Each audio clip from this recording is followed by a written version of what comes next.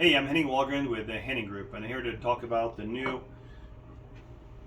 USPSA Safe Check magazine gauge that we made. What's different from this one and the official one is that this one is slightly smaller. This one's actually 141.00 millimeter, which is just under 10,000 smaller. And what that does is, like, when you check your magazines using this one and make sure everything fits, you know. So here, this, you can see this fits here, which I have plenty of room here. When you come to a bigger match and they check it, you know you're supposed to be within 10,000s, right? And that's of course pending that this is correct, because it says 141.25.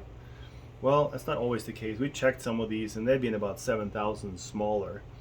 And I've heard other stories of them being even smaller than that. So if that's the case and we don't know what this is, you know, whatever they do, they're going to put you in open division.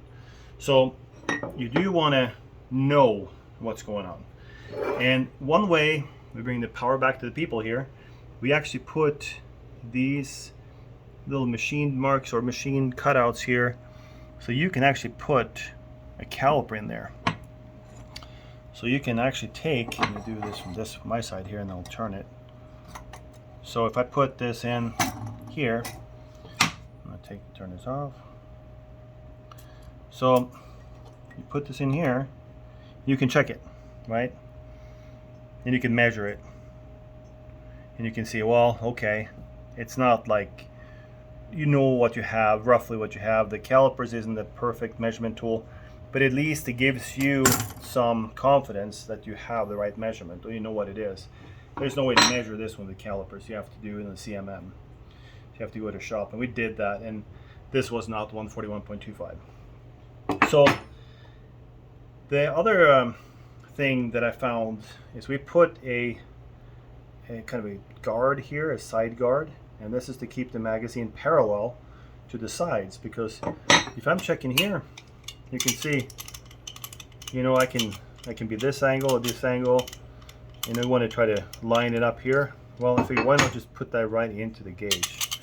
So now you can tell here I'm perfectly parallel, and that's going to give me the best way to measure this, right?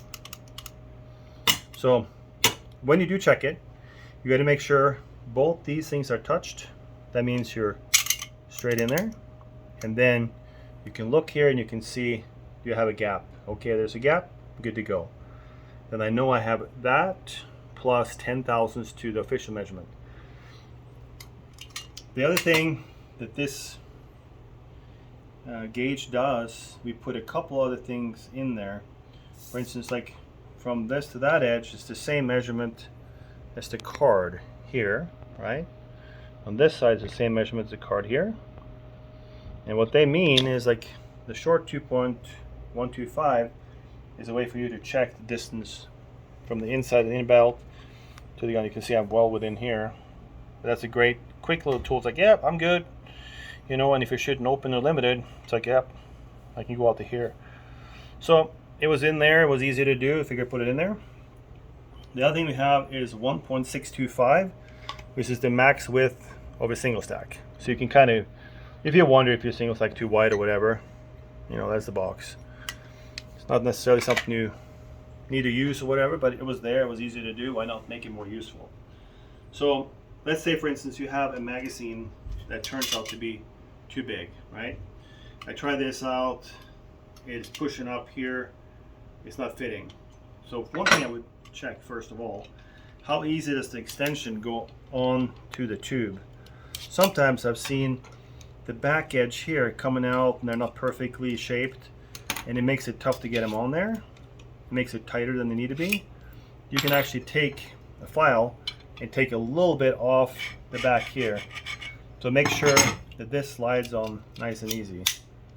And what it also will do is, like, it will make this one kind of a little bit looser here, which means it's going to move in the gauge better.